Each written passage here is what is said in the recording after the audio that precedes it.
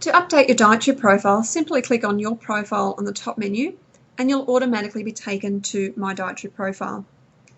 If you've navigated away from the page and you're using any of these other side menus, at any time simply click on My Dietary Profile to go back to this page. The My Dietary Profile page is where you can personalise your goals and also your meal preferences with regards to likes, dislikes, how much time you have available and so on.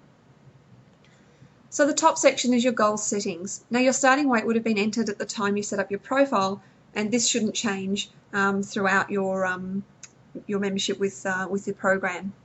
If you do need to update your weight at any time, you would do that through My Progress Profile on the right hand menu here. Again, your height is something you won't need to change. Activity level, so if you need to update your activity level at any time, you can do so, and that will adjust the nutritional information that is recommended to you as far as calories, protein, carbs, and fat is concerned. With your goals, you've got the option that of losing weight, maintaining weight, and gaining weight. And again, this will determine how many calories and what your nutritional breakdown will be in your meal planner. So on this profile, we'll keep it to lose weight. Your next weight goal is what your next weight is that you'd like to be. So this is what we call a short-term goal. So that might be 2 weeks, it might be 4 weeks, or a short-term goal for you might be 8 or 12 weeks. Anything longer than 12 weeks really does start to fall into a long-term goal. Once you've selected your next weight goal, you would then select the date by clicking on the calendar that you want to achieve that goal by. The next field is your long-term weight goal, and long-term it could be 12 months away, it might be 6 months away, whatever it is that your end result is that you would ultimately like to be. So in this case, we've got 76 kilos. Again, the next thing you need to do is just select a date that you want to achieve that by. And the last field under goal settings is your reward day. So if you click on the drop-down menu, you see you've got an option of any day of the week, or also the option of none. So a reward day is 1 day a week where you may have a free meal or a little bit of an off day, so that you don't have to necessarily count your calories and pay as much attention to what you're eating on that day. But again, that's something you should be guided to by your personal trainer or fitness consultant, whether or not you should be having a reward day or a reward meal. The second section is total preparation time. Now everyone's unique and in their own time availabilities with regards to how much time they have to prepare their breakfast, morning tea, lunches and so on.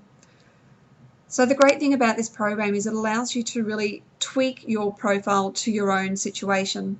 So it might be for breakfast you've only got 5 minutes. Same for morning tea. Lunch you might have 10 minutes to prepare. Afternoon tea 5 minutes. Dinner you're quite flexible, and the same with late evening. Now some people have different availability for weekends and weekdays, so your weekends might be freer and you may leave that at Show Me All. And basically what this does is it tells the meal planner that when you're planning your meals, if you're looking for a recipe, it will only show you recipes that fall into the times that you've selected. So if you're selecting a breakfast meal, it will only show you recipes that take up to 5 minutes to make. So that's one of the really unique features of this program. The third section is dietary preferences. So if you've got specific dietary preferences such as dairy-free, vegetarian, gluten-free and so on, you can simply select the checkbox. And again, that means when you're looking for recipes, it won't show you any recipes that don't meet your dietary preferences. One of the options here is don't show meal replacements, shakes and smoothies. So the ultimate goal behind this program is really about eating healthy, nourishing foods. But we also recognise that some people are busy and in a hurry, and so we also have meal replacements, shakes and smoothies in the system. If you don't want to see these, simply click on that don't show meal replacements, shakes and smoothies, and you won't get those in your meal planner. The next section is specific food preferences. So if the above dietary preferences are a bit too generic and you don't really fall into any of those, but there's a few foods that you don't like, then you can simply enter them here. So for example, if I don't like chicken, I could type in the word chicken, click on add item, and it will then add that to my specific food preferences. So basically what that means is when you're looking for recipes in the meal planner, it will look for the text chicken in the recipes and won't show you any recipes that have that word in it. So it might be chicken stock, chicken fillet, so anything that has the word chicken in it won't be displayed to you. And you can add as many different items in this search box as you like. The next section is recipe regions. So we have a number of different cuisines available in the recipes. So if there's a particular cuisine you don't like, so for example, maybe you don't like Italian food or you don't like Indian, you'll just deselect those, and again you won't be shown those as any options in your meal planner. This option here for would you like to see community recipes basically means that if you select that option, you will see any recipes that other people, other members in the community have actually entered as their own recipes and have agreed to share with the rest of the community. So these are recipes that have not necessarily been filtered by anyone to make sure that they meet the dietary preferences or programs in the system. So it's really up to you whether or not you want to see those. The last section is your daily beverage allocation.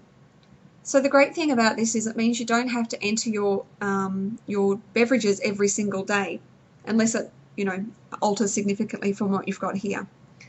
So this allows you just to say on an average day how many cups or glasses of tea, coffee, soft drink, fruit juice, water, etc. that you have. So you would simply select from the drop-down menu how many of each you have, and then you would go to the next section underneath that to select any milks or sugar substitutes that you might have as well. So it might be you have 20 ml of skim milk and 2 teaspoons of sugar. Once you've completed your dietary profile or finished editing it, simply click on the Update Information button at the bottom of the screen, and that will update all the information for you. Now just a quick note with regards to the daily beverage allocation. Anything that you enter in this section here will automatically be transferred over to your meal planner. So that means any calories, carbohydrates, fat or protein actually gets transferred over to your meal planner automatically, so you can see before you begin planning your meals how many calories and how much nutritional data is included in your daily beverage allocation. So straight away, if I look over here on the right hand panel, I can see that my daily beverage allocation is 44 calories, and I can see the breakdown of different nutrients. So that's a really great way to see how much you're actually consuming in your daily beverages as well as what you're consuming in your meals.